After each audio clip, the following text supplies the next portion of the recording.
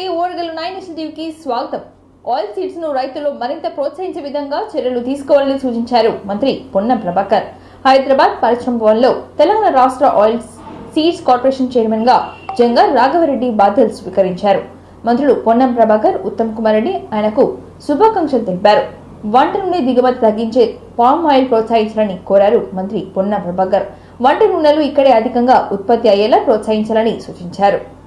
Oil pharma వ్యవసాయ సంబంధిత వంటల వాటిని వ్యవసాయ శాఖతో సమన్వయం చేసుకుంటూ స్వయంగా సమృద్ధి సాధించే ఆయిల్ సీడ్స్ కార్పొరేషన్ పనిచేయాలని జంగా రాఘవరెడ్డికి మంత్రి పొన్నం ప్రభాకర్ సలహాలు సూచనలు ఇచ్చారు.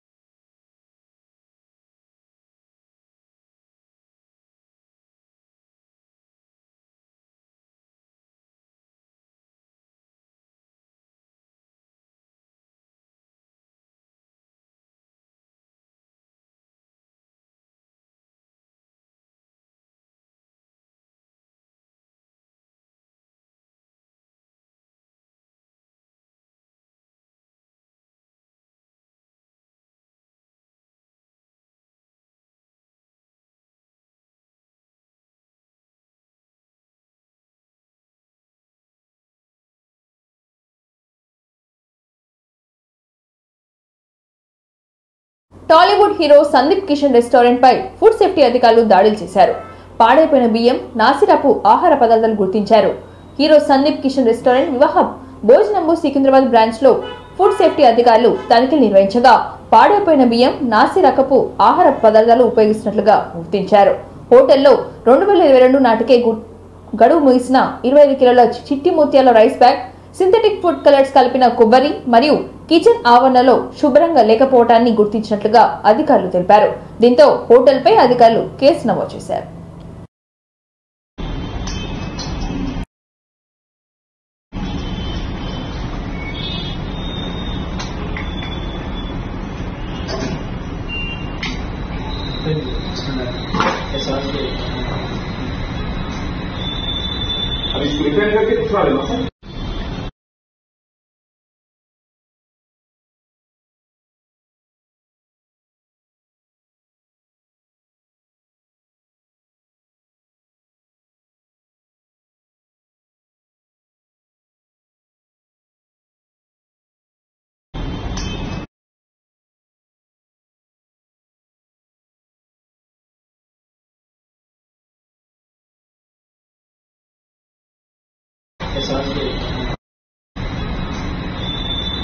अभी प्रिपेयर करके भिजवा देना सर.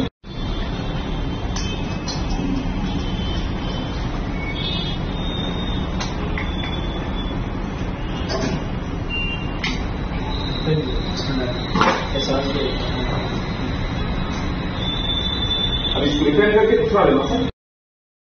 రైతు భరోసా అమలుపై తెలంగాణ సర్కార్ కసరత్తు చేస్తోంది. జిల్లాల వారీగా అనేక మంది నుంచి అభిప్రాయాలను సేకరిస్తోంది. అందులో భాగంగా నేడు ఖమ్మం జిల్లాలో పర్యటిస్తుంది మంత్రుల బృందం.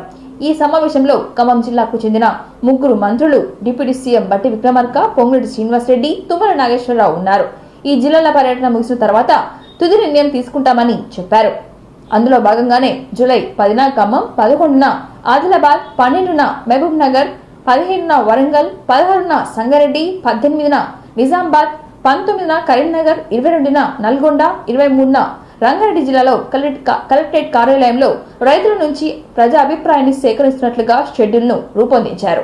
తెలంగాణ సర్కార్ రైతు భరోసాపై దూకుడు పెంచింది. కేబినెట్ సబ్ కమిటీ జిల్లాల పర్యటన మొదలుపెట్టింది. ఇవాళ ఖమ్మం జిల్లాలో కలెక్టరేట్లోని రైతు భరోసాపై వర్క్ షాప్ నిర్వహించారు. ఈ సమావేశానికి డిప్యూటీ సీఎం బట్టి విక్రమార్క, మంత్రులు పొంగులేటి శ్రీనివాసరెడ్డి, తుమ్మల నాగేశ్వరరావు, కోమటిరెడ్డి వెంకటరెడ్డి, శ్రీధర్ బాబు హాజరయ్యారు. డిప్యూటీ సీఎం బట్టి విక్రమార్క మాట్లాడుతూ రైతు భరోసాపై విధి విధానాల ఖరారు కోసం రైతు సంఘాలు ప్రజల నుంచి అభిప్రాయాలు సేకరిస్తున్నట్లుగా డిప్యూటీ సీఎం బట్టి విక్రమార్క వెల్లడించారు. అన్ని జిల్లాల్లో అభిప్రాయాలు సేకరించి త్వరలో రాష్ట్ర బడ్జెట్ ను ప్రవేశపెట్టబోతున్నామని తెలిపారు. అలాగే మంత్రి పొంగులేటి శ్రీనివాసరెడ్డి కూడా స్పందించారు.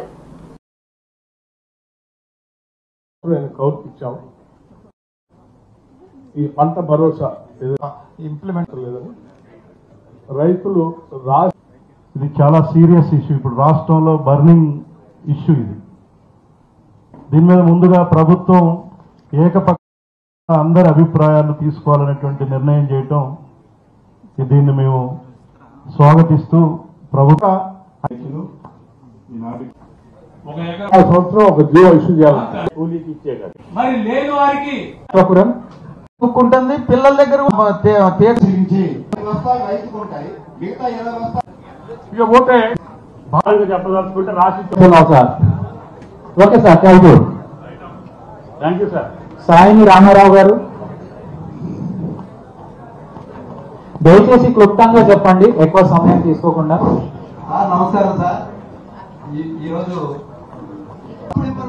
ఎక్కువ దిగుబడి తెచ్చుకోవడానికి మాత్రం నయా పరిగణలో చేయాలంటే ఆ రకంగా రీసైకిల్ కావడానికి అవకాశం ఉంటుంది. అప్పుడు ఎట్లా దాన్ని సార్ ప్రతి రెవెన్యూకి ఏఈఓ అగ్రికల్చర్ సమావేశాలు ఏర్పడతారు. వాళ్ళ గుర్తింపు నుంచి ప్రతి వ్యవసాయ విస్తరణాధికారిని సర్వే నెంబర్ వైజ్ గా క్రాప్ బుకింగ్ చేసి ఆ సర్వే నెంబర్ లో ఎన్ని ఎకరాలు ఉంది వర్గాల నుంచి కూడా మన అడ్వకేట్ శ్రీనివాసరావు గారు మాట్లాడారు. డాక్టర్స్ మన డాక్టర్ వై ప్రసాద్ గారు ఉన్నారు. Thank you very much. Erramurthy Muthaiah గారు. వెహికల్ ఇన్సూరెన్స్, క్రాప్ ఇన్సూరెన్స్, మనకి వెహికల్ ఇన్సూరెన్స్ ఏ విధంగా వెహికల్ డ్యామేజ్ మనకి 1 year లో వాళ్ళు ఇన్సూరెన్స్ కంపెనీలు ప్రొవైడ్ చేస్తారు. అదే రకంగా ఏదైనా క్రాప్ డ్యామేజ్ అయినప్పుడు ఆ రసీదు ఆధారంగా మనకి బ్యాంక్స్ నుంచి ఆడికి బోనస్ ఎట్లు ఇస్తావు అవన్నీ కనిపెట్టు. Thank you very much. Avula Venkateswarlu గారు. ఇస్తే బాగుంటాం సార్. దాని పొగంపాడు ఏ కండిషన్ కూడా పెట్టొద్దు అనేది నా యొక్క అభిప్రాయం. ఈ 10 ఎకరాల వరకు ఇచ్చే దాంట్లో చిన్న రాయి పెద్ద రాయి కూడా ఎకరం 6 ఎకరం బోళ్ళ చుట్టూ తున్నుకునే వాళ్ళు కూడా రైతులు ఉంటారు. కాబట్టి అవి కూడా లెక్కేయకోకుండా ఆ విధంగా 10 ఎకరాలకి ఇవ్వాలని చెప్పి కోరుతున్నాం.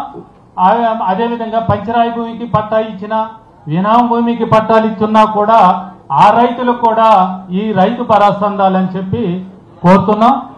అదేవిధంగా కౌలు రైతులకి అది మాట్లాడిన అందరూ రాష్ట్రాలు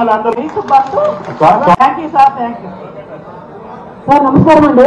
తెలంగాణ రాష్ట్ర కొత్త పోలీస్ బాస్ డీజీపీగా జితేందర్ను నియమిస్తూ సీఎం రేవంత్ రెడ్డి సర్కార్ నిర్ణయం తీసుకుంది. ఈ మేరకు ఉత్తర్వులు జారీ చేసింది.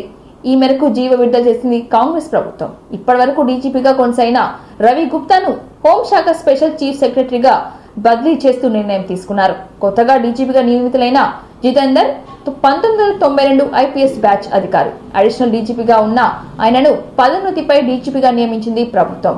డీజీపీ రేస్ లో ఆనంద్ పేరు వినిపించగా చివరకు జితేందర్ను నియమించింది సర్కార్.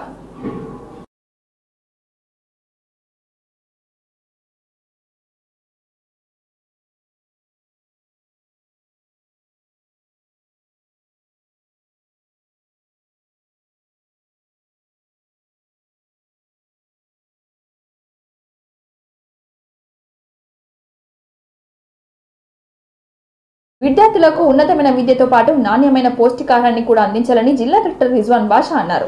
లింగాల గన్పూర్ మండలం నవాబుపేట్ గ్రామంలోని అంగన్వాడీ పాఠశాల, ప్రైమరీ పాఠశాల, జిల్లా పాఠశాలల నుంచి కలెక్టర్ సందర్శించారు. ముందుగా అంగన్వాడీ కేంద్రానికి వెళ్లి విద్యార్థులు హాజరు పట్టికను, పిల్లల మేధాశక్తిని పరిశీలించారు. పిల్లల ఎత్తు, బరువును ఎప్పటికప్పుడు NHTS యాప్లో నమోదు చేయాలని కలెక్టర్ అంగన్వాడీ టీచర్లను ఆదేశించారు. వంటగదిని సందర్శించి చిన్నారులకు పౌష్టికాహారాన్ని కొరకు అందిస్తున్న ఆహార వస్తువులను స్వయంగా పరిశీలించారు. ఈ సందర్భంగా రికార్డును కూడా తనిఖీలు చేశారు కలెక్టర్.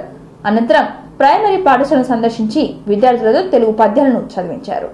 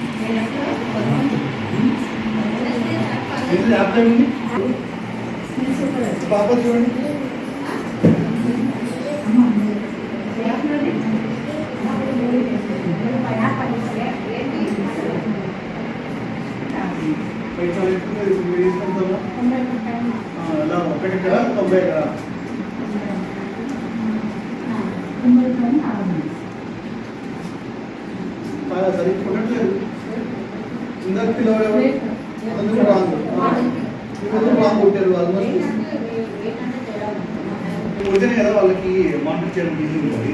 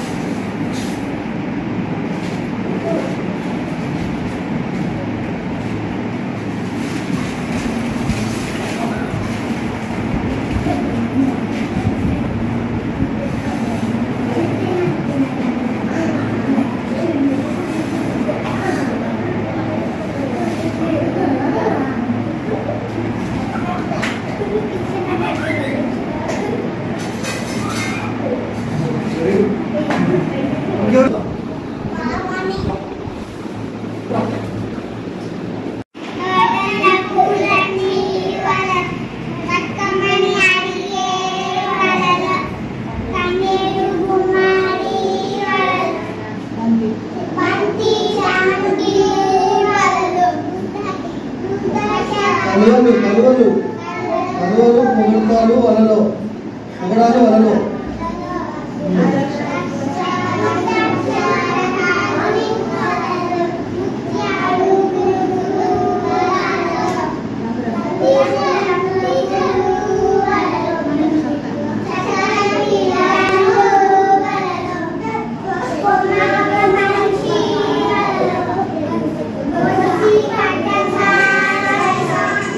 ప్రతి ఒక్కరు మొక్కలు నాటి భవిష్యత్తుకు పునాది వేసుకుందామని ఆదిలాబాద్ జిల్లా కలెక్టర్ రాజేష్ షా అన్నారు. 75వ వన మహోత్సవం సందర్భంగా బుధవారం ఇంద్రవెల్లి మండలంలోని ఇందాయి హర్కాపూర్ గ్రామాల్లో నిర్వహించిన వన మహోత్సవ కార్యక్రమంలో కానపూర్ ఎమ్మెల్యేతో కలిసి ఆయన పాల్గొన్నారు. ఈ సందర్భంగా అందరూ కలిసి మొక్కలు నాటారు. భవిష్యత్తుకు మొక్కలు పునాది అని తెలిపారు. ఈ కార్యక్రమంలో అధికారులు, నాయకులు పాల్గొన్నారు.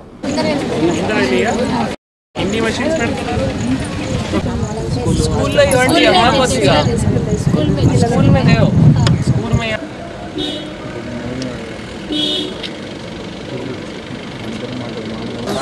అటు అరకపూర్ వెళ్తున్నాం లోపల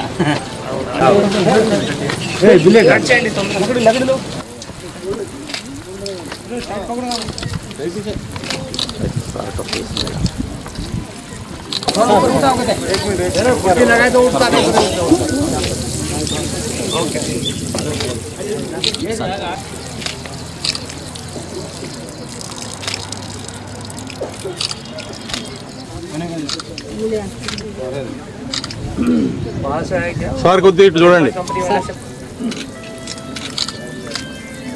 సార్ సార్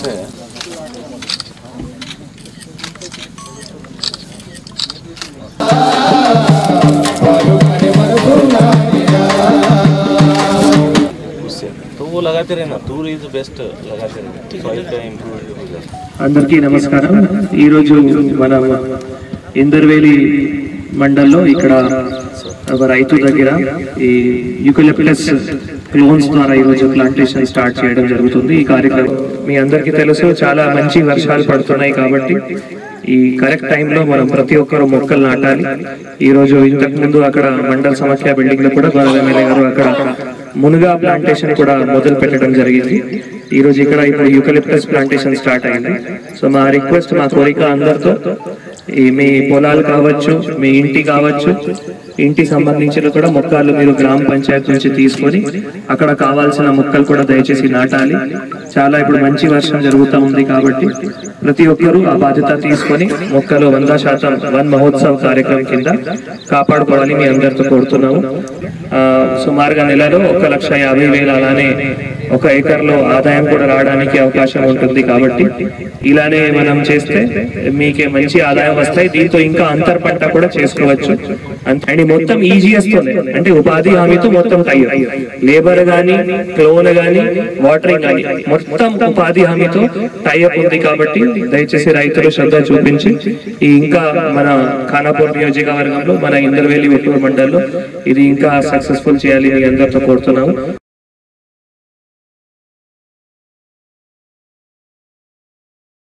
ఏటూరు మండలం దొడ్ల మలయాళ గ్రామాల మధ్య జంపనవాగుపై నిర్మించిన బ్రిడ్జ్ గత సంవత్సరం జంపనవాగు ఉద్రిక్తతతో కూలిపోవడం సంవత్సరం నుండి ఇక్కడి ఏజెన్సీ గ్రామాల ప్రజలు ఇబ్బందులు పడుతున్నారు.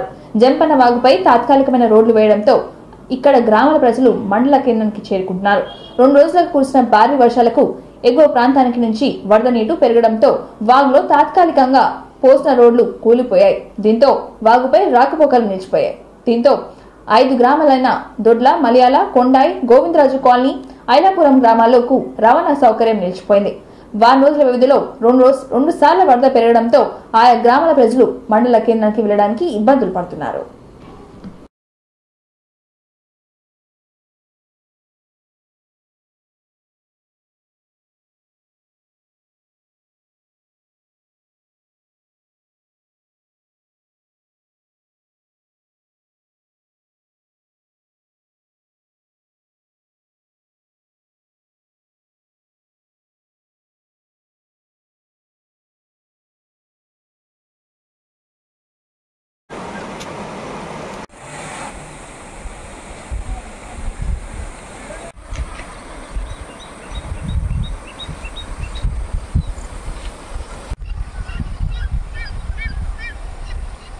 చెల్పూరు కరకపల్లి కొట్టపోయిందిగా మళ్ళీ ఇళ్ళని వచ్చింది.